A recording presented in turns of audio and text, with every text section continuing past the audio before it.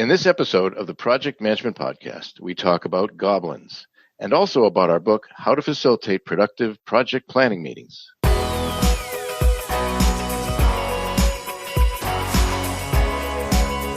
Hello and welcome back to the Project Management Podcast at pm-podcast.com. This is episode number 441 and I'm Cornelius Fichtner. Thank you for being here. Planning your projects right from the start is a big factor for future success. It's definitely not everything, but doing the planning right goes a long way. And most planning is done in meetings, and that again means that you really want to make sure that those meetings deliver. And that is where the book, How to Facilitate Productive Project Planning Meetings, a practical guide to ensuring project success, can help. It was written by Rich Maltzman and Jim Stewart, and yes, it does indeed contain goblins. But before we look at the goblins, I have this question for you. If you are a regular listener to the podcast, then you know that I provide exam prep training for project managers. But did you know that I also offer corporate project management training? So, if you are looking to provide project management training in your company, then please visit pm-podcast.com/corporate to see what I offer. Let's talk. Back to the book and interview. We have chosen to focus on Chapter 6, the Zen of Facilitation. We talk about what is wrong with the way many planning meetings are being facilitated today, what facilitation and facilitative style means, and we have many good tips for you. And yes, we will talk about the goblins. Lastly, here is what one reviewer on Amazon wrote. This book reads better than a textbook, as it was full of humor and step-by-step tips for immediate application. The authors provide insight on agile project planning, tips on facilitating status meetings and lesson learned meetings, and even their appendices provide additional information on topics such as Project Management 101, meeting war stories, and access to their templates. Enjoy the interview. Hello, Jim, and welcome to the Project Management Podcast. Hello, Cornelius. Nice to virtually meet you. I've certainly known about your podcast for quite some time now. Well, we're happy to have you here. And hello, Rich, and welcome back to the podcast. It's great to be here again, Cornelius. So this is at least, I think, the third interview that you and I are doing for one of your books. So yes. Why did you decide to yet write another book? Well, I just decided that it was time to take on a new topic. I like working with wacky, creative people, and Jim's one of them. He had talked about this for a while, and between the two of us, we decided this was a topic that needed some coverage. So project management has been my passion for decades, and I really couldn't help myself when Jim asked me to write on this topic with him. All right. So today we are going to look at Chapter 6 from your book, How to Facilitate Productive Project Planning Meetings. But first, Jim, why this particular topic? And can you also define what you mean by project planning meetings? Sure. Why this particular topic? I can tell you specifically why. As an independent consultant, I've been independent for a number of years. One of the things that we're always advised is, write a book, get exposure, get well known, advance not only your own self, but also the industry. So I have a friend, he's since retired and moved away, but he and I used to talk all the time. I used to work for him when I used to teach at a college. And I said, his name is Tom. I said, Tom, I'd love to write a book. And he said, you know those meetings you tell me about that you used to run at pharmaceuticals and other places? I said, yeah. He said, I would read about that. Now, this is an experienced project manager. I thought, well, if he would read it, then maybe others would read it. And it dawned on me it would be a good idea. This was long before I approached Rich. And so what do I mean by project planning meetings? Just specifically when we are going to run a project of any duration, whether it's 6 months, 6 years, or when I did pharmaceutical, 10 to 12 to 15 years. It's the planning that's important. So we have meetings to plan for our schedule, for our risks, for everything else. So they're vital to do. And I want to stress one other thing. our book is largely based on these large planning meetings, which Rich has also done in other capacities, but also trickle-down effect from the point of, if you can run a big meeting with these techniques, you can run a smaller meeting with them. So that's the idea. Hopefully answer both questions. And Rich, can you summarize for us what you think is actually wrong with today's project planning meetings? Well, there's really nothing except they go off topic. They bring the wrong attendees there. There's worthless action items. Action items don't get done. The technology that's used is often misused or used inappropriately. Many people just justifiably, I think, believe they're a total waste of time. So other than that, they're great. And Jim, who do you think should read your book? Well, primarily, obviously, with word project and the title, project managers will get the most benefit, because really it's based around a large waterfall type of projects rather than agile per se. I want to throw that out there. So people who are planning for a project, and I think most of the people that we know of who have purchased the book, they either bought from us or told us they wanted to have a copy, have been project managers. Could even be, the project manager's boss who says, I'm going to hand this to you. You should read this book. And I found other people when I go to networking meetings who work in other areas. They may be running something else. They might be running an HR meeting or a sales meeting. They might say, well, even though I'm not running a project per se, I am running a meeting. I will take this and use your best principles for facilitation. So it's not just about planning, it's about facilitation. So I think primarily project managers, but others who run big meetings can get a benefit from it as well. All right. Here's my last question about the book itself, and then we'll jump into it. The book also has a subtitle. It is A Practical Guide to Ensuring Project Success. Now, that is a lofty goal. Rich, how does the book help us with that?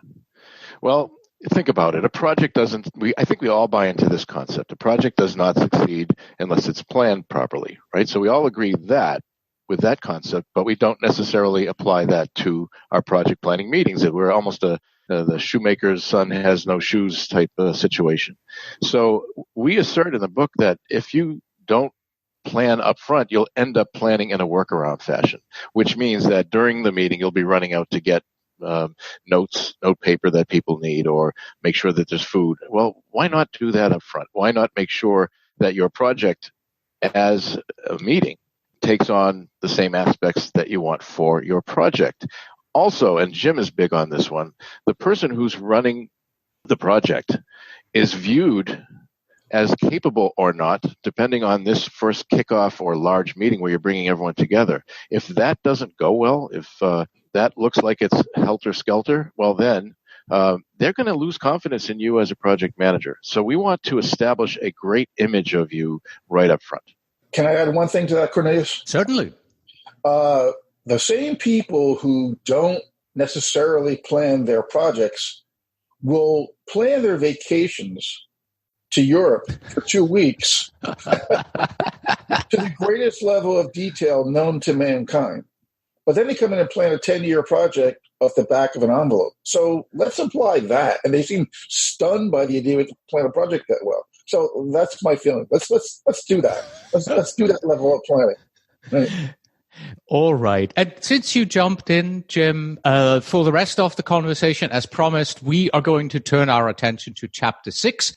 It was, in fact, Rich who suggested Chapter 6, but I'm going to ask you, Jim, why do you think that Rich suggested this particular chapter? Is it just because he wants to talk about the goblins?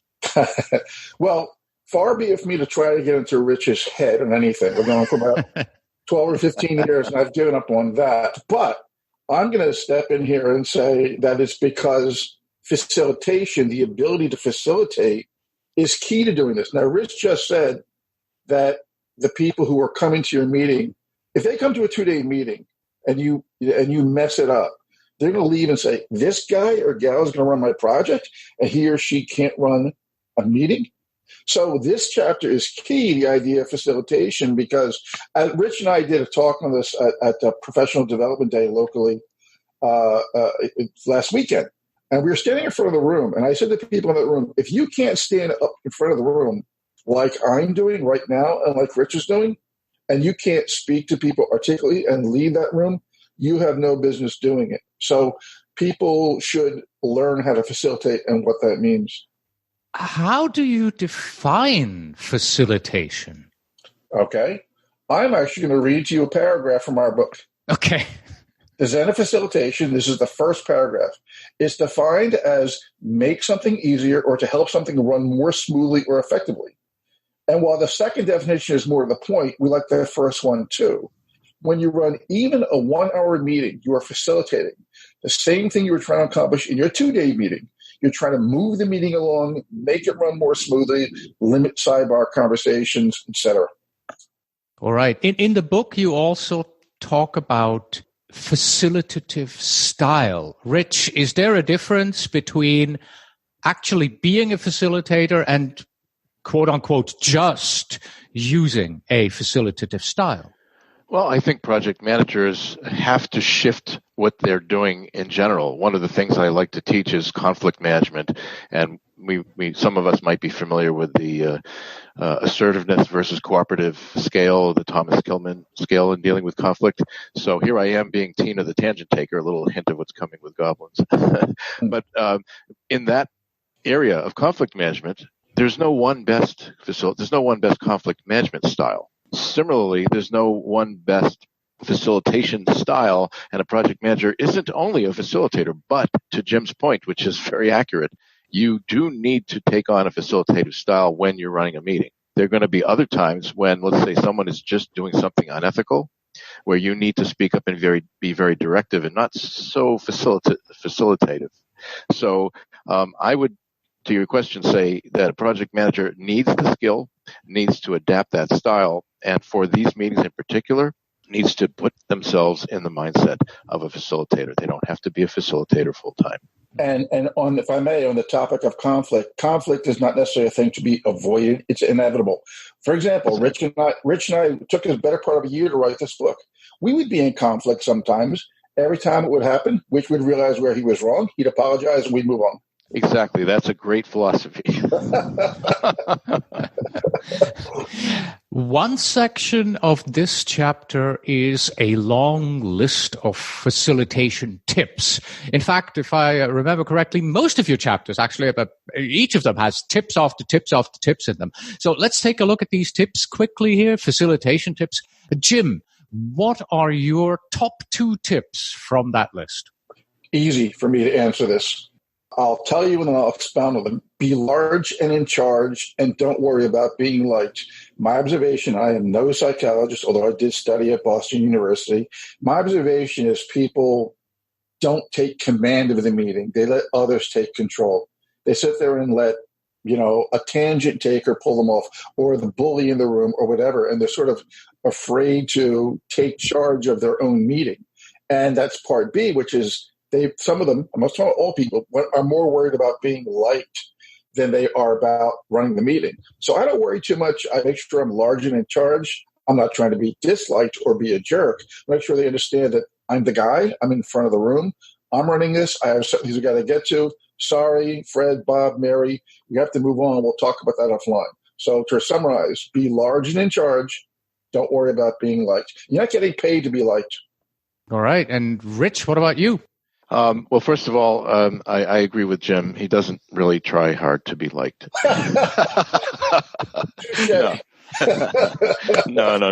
The poking that we do at each other, you'll feel it in the book, and it's a good thing. And this is actually another lesson that I'll take a slight tangent on, and that goes back to this idea of conflict management. Conflict is good for creativity, and we should know that. Separate topic, could have another book on that one. Note to self, sequel. Okay.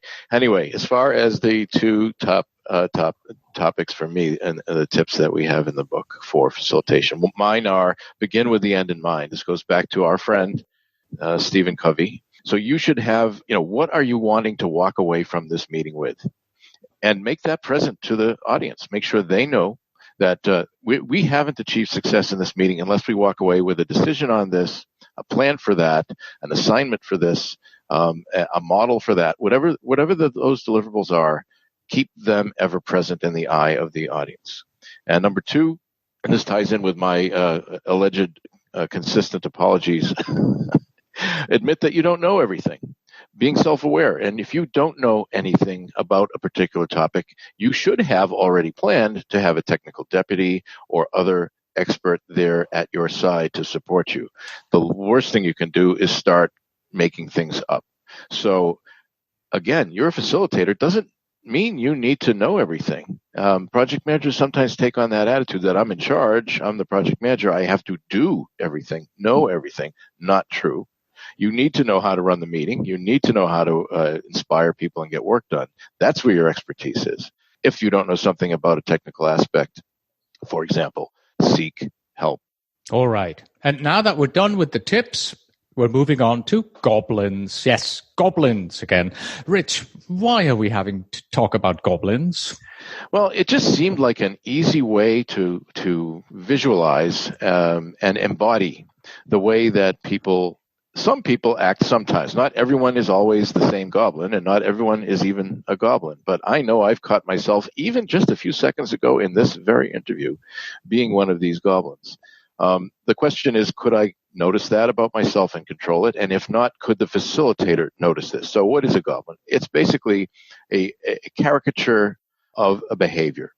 Remember, from psychology, we don't see motivation. We see behavior. And in this case, the behavior is someone who just is telling stories, not listening actively, having side conversations. And each of these, which we'll talk about, I think, in a minute, are examples of these caricatures. And we've actually imaged this in our talks. We didn't have these images in time for the book. But since the book has come out, we've actually come up with these images and even done some great exercises with people where we inadvertently, to them, make them into goblins at a little mini meeting, and they get to feel and see how this happens in a meeting.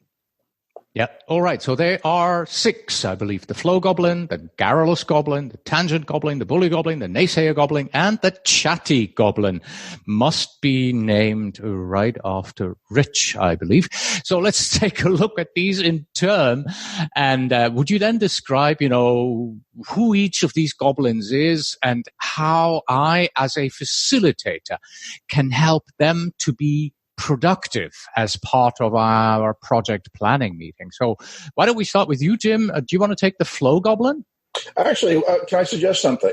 Would it make sense for Rich perhaps to take the first 3 and I'll take the last 3? Fine. Rich, go ahead. And as you are talking about the garrulous goblin, please define what garrulous means, because that is a new word for me. Well, that's if you don't learn a new word a day, first of all, you're going to stink at Scrabble. And secondly, you will just be sorry because your vocabulary should grow ever greater every day.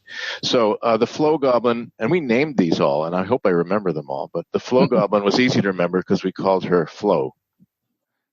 And Flo is basically someone who's constantly, she's got maybe a strong relationship. Maybe she's third cousins with the tangent goblin, which I'll talk about in a minute. The flow goblin is basically someone, you're on a roll. The team is forming and is performing, if you know those aspects, and is really, and then this person is taking the meeting in another direction. So usually it's a strong personality. That's one. Garrulous. This is Gary the garrulous goblin. Gary, or garrulous means talkative. Very talkative. I don't know anyone like this at all, even though my title is senior lecturer. So garrulous is basically people who are like to hear themselves talk, as opposed to, and Jim will talk about this, a chatty goblin who's really more into side conversations. And then I have one more, right? Tina? Tangent, yes. Tina, the tangent taker. Tina, the terrible tangent taker. So this is the person who has a story that they can't help telling, who is diverting the meeting, so again, related to flow, and is just constantly taking us off in another direction and keeping us there, as opposed to little tangents like flow. Okay. And now that we know what flow, garrulous, and tangent means in terms of their goblin abilities, how do I help them to be productive and not, deter my project planning meeting? Yes. So Jim had the excellent point that you need to be, as we would say here in New England, large and in charge. Right. That's the proper way to say this, by the way. Yep. And that's the biggest part of it. But I think, and we may talk to this later, ground rules. So you tell the team what the expectations are when these behaviors do show up despite your best attempt with ground rules. You make the correction early, as friendly a way as possible, but in a strong way. So if there's a flow goblin taking you off and who's about to turn into Tina, the tangent taker, you say, you might have to go, up. Yeah, as we said in the ground rules, we have to make sure we get what we have to get done in this important meeting done. So let's board that topic if it is related, and we will take that as an action or another discussion later. It's a really good point, Flo, but we need to stay on target. Mm-hmm. Similarly, the garrulous goblin, someone who's going on and on, you need to interrupt. You'll need to interrupt. You don't have to be their friend. And I'd say similar policies for the tangent goblin. There are some other tricks that Jim will probably cover in Naysayer and Chatty that I'll pipe in if he doesn't cover it. But I guess my guess is he will. Okay, so we're moving on to Jim, and you have the bully goblin, the Naysayer goblin, and the Chatty goblin. So let me amplify on what Rich said. Those ground rules are a good idea. You set the pattern for that, and you've also begun with the end in mind. I, as a facilitator, know what I need to get done in X amount of time. Half hour, a half a day, whatever it may be. So I know that I can't let any roadblocks prevent me from getting to that. And since both Rich and I are long-term instructors, we're used to these interferers, and we're long-term project managers. We're very goal-oriented. So it makes it, if not easier for us, but it's a mindset that we have that says, how to deal with these types. So the bully goblin speaks for him or herself, intimidating, if you will, type of a person.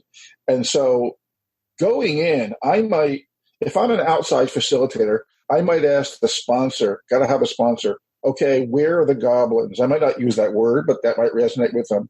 Well, Joe tends to be this, that, or the other thing. Okay, then let's figure out how we're going to deal with this. So if I know that, if I don't know it and it's a surprise to me, then I don't personalize it. One thing you want to do is not let people lose face in a meeting. So I don't want to say, you're out of order here, Bob. Just say, oh, okay, well, folks, let's calm down. Let's make sure we're dealing with this. And then take him or her offline and talk to them a little bit. Of course, they always work for somebody. Rich had an interesting observation. We were talking about this over the weekend. He said, sometimes, especially if it's a senior person, we find a way to get them to go out to an emergency of some sort, have somebody text somebody and call them and get him or her out of the room. So that particular person, the bully, can be talked to nice. It's escalating type of a thing. We understand you're frustrated by this or whatever he or she is doing, and then maybe talk to them on the side and then maybe get their boss involved. We can't allow that person to intimidate the room.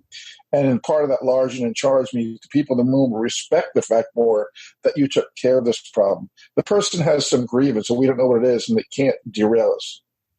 Now, on the Naysayer goblin, Rich is very fond of using, and you may have international listeners who may or may not get the reference, Saturday Night Live used to have a character called Debbie Downer.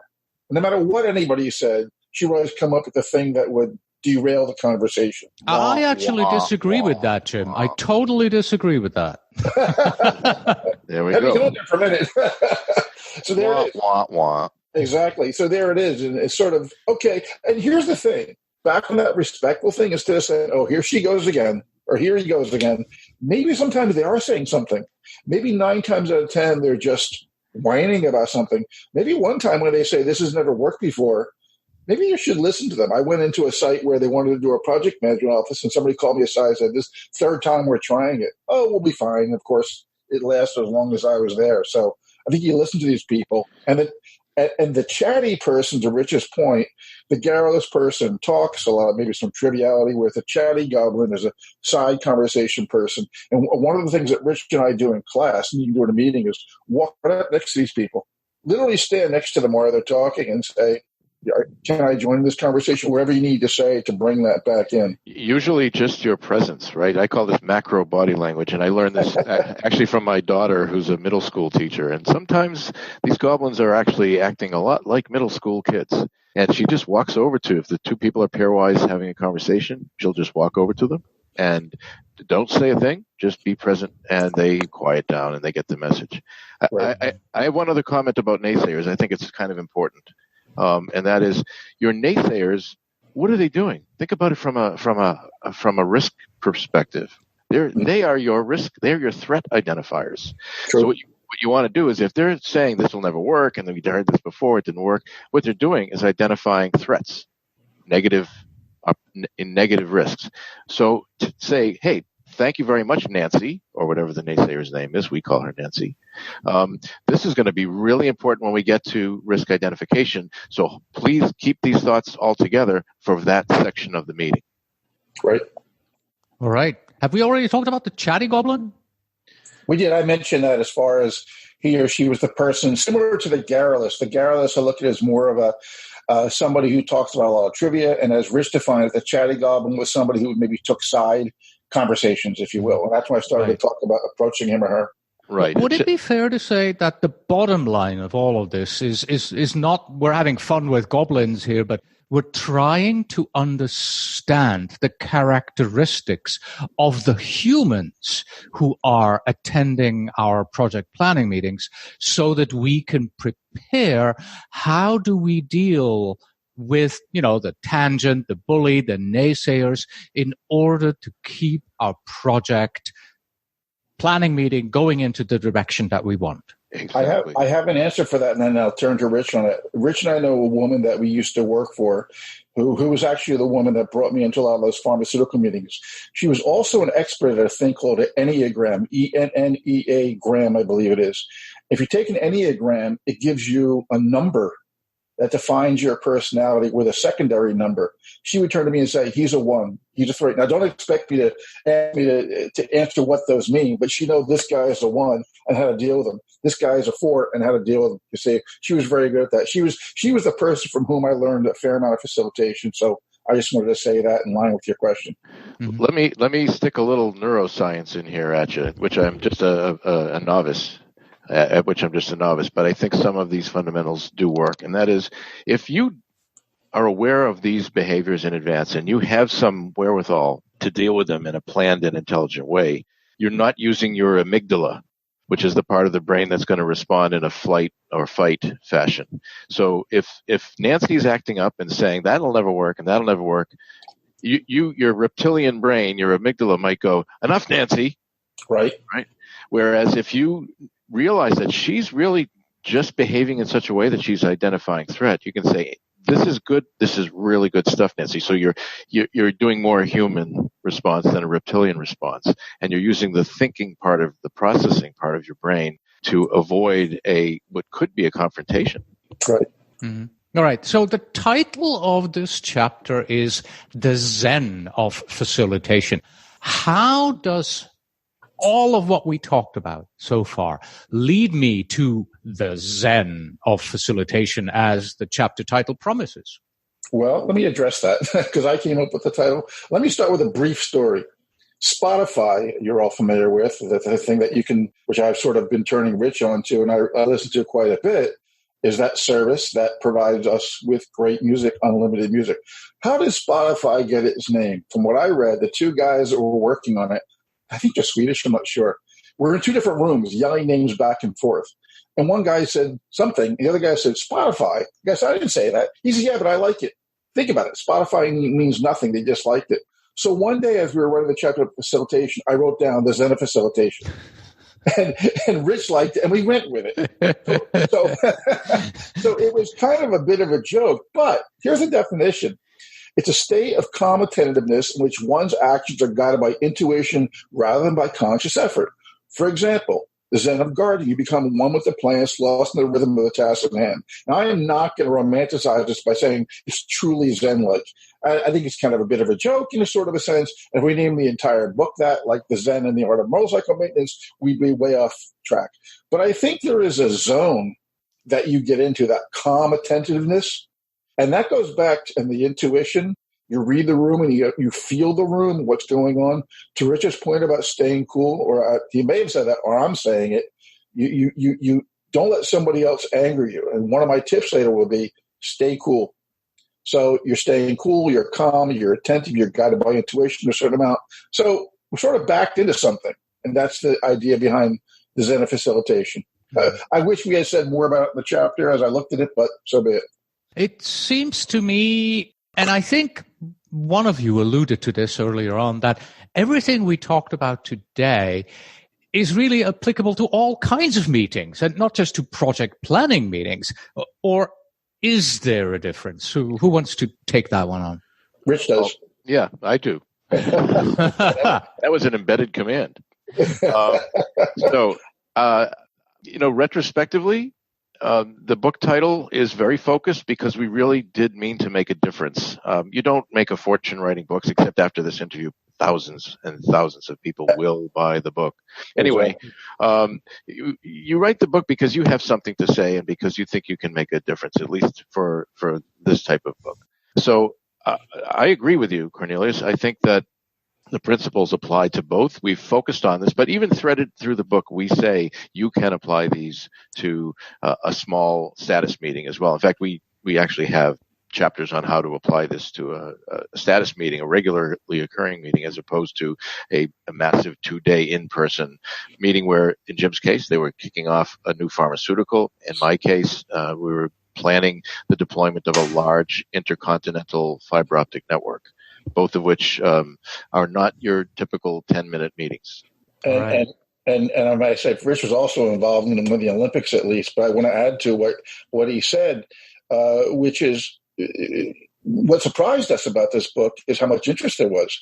We thought it was sort of a mundane topic that we both do something about, but people will look at the book and say, wow, I got a lot of tips out of it. Rich and I think we think a lot of the book is being kind of common sense.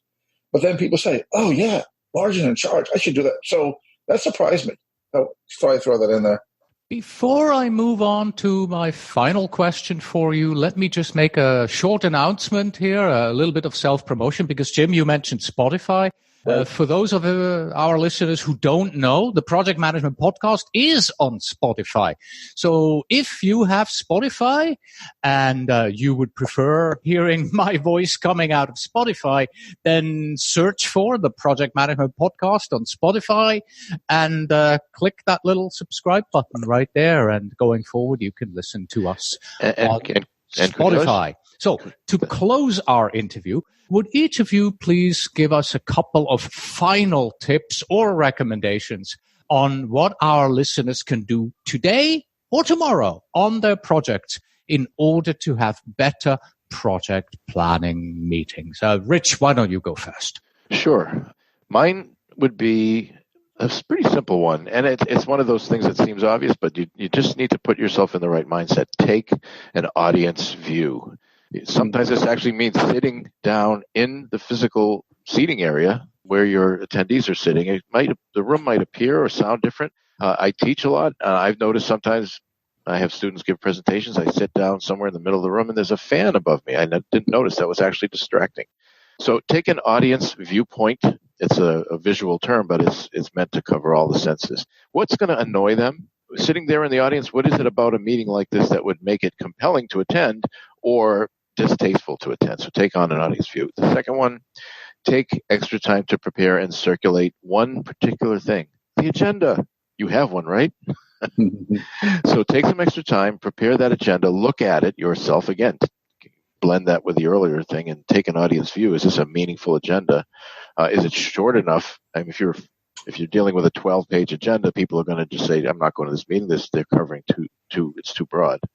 Think about in that agenda what's there. Even add the attribute of time to the agenda. So say Cornelius will be speaking on this topic from 10 to 10:15. Helps avoid the garrulous Garys of the world, speech makers. And then also, along with the agenda, since Cornelius is supposed to be there, and we know that he might have an important announcement about Spotify to make, so he can't be there, make sure he delegates this to someone else. So it's okay if you know in advance that Cornelius won't be talking on topic XYZ, but Janice is going to fill in for him in this particular case. Thank you, Rich. And Jim, what do you have for us? Couple of them. Going back to that thing about staying cool. I'm a big musical lover. One of my favorite musical is West Side Story. The song that says "Stay coolly cool, boy," because all the bad things are happening in the movie or in the play. So stay cool. The other day when Rich and I were presenting, the monitor kept going at it went black, and we didn't have a copy of our slides. So we could have gotten all frustrated and upset, but we just went with it. And we couldn't stand there and get angry with the people running it, because what message is that to the people? The three of us, I think, have taught, correct me if I'm wrong, PMP. And I tell my students, stay cool when you're taking the exam. I've never had a student come back and say, I should have hyperventilated more. So staying cool is a really good idea, no matter what happens. Second point is the devil's in the details. Dot every I, cross every T. I don't run every meeting that I plan. For example, where I'm currently contracting, I help them set up meetings for certifications the company is trying to get for cybersecurity. I don't go to them. That's not my expertise, but I set them up. I worry about everything. Does everybody know where the conference room is? Are lunches ordered? Are there special dietary requirements for those lunches? Does the technology work? Something's going to fall through the cracks a little bit. Probably should test everything, but the devil's in the details. Worry about the details. And lastly, focus on your goal. If you say to yourself, by the end of this meeting, let's say it's a day-long meeting, I must have these 3 artifacts. Let's say they're a schedule, a risk register, and a RACI, responsible, accountable, consultant form chart. I'm going to get those. And I stay focused on all those distractions will make sure that it will go to the wayside. But also be flexible. If you find halfway through the meeting that those can't be done for some last-minute reason, then realize that, okay, we're only going to get 2, but we're going to have this really crucial discussion. So be flexible as well. Once again, the book is called How to Facilitate Productive Project Planning Meetings, a practical guide to ensuring project success. It's a little over 220 pages thick, published by Maven House, and was written by Rich Maltzman and Jim Stewart. Jim, thank you for your time today. Yeah, my pleasure. And Rich, thanks for coming back. We're glad to be here, both of us. Rich Maltzman is Senior Lecturer at Boston University Metropolitan College, author and speaker on sustainability in project management. And Jim Stewart is a consultant, trainer, and mentor for result-driven project management. And that's it. Thank you very much for listening. Please visit pm-podcast.com for show notes, links, transcripts, and PDU information. Our email address is info@pm-podcast.com. And finally, we have this. Help! I'm stuck in this meeting, and we just ran out of donuts. Until next time.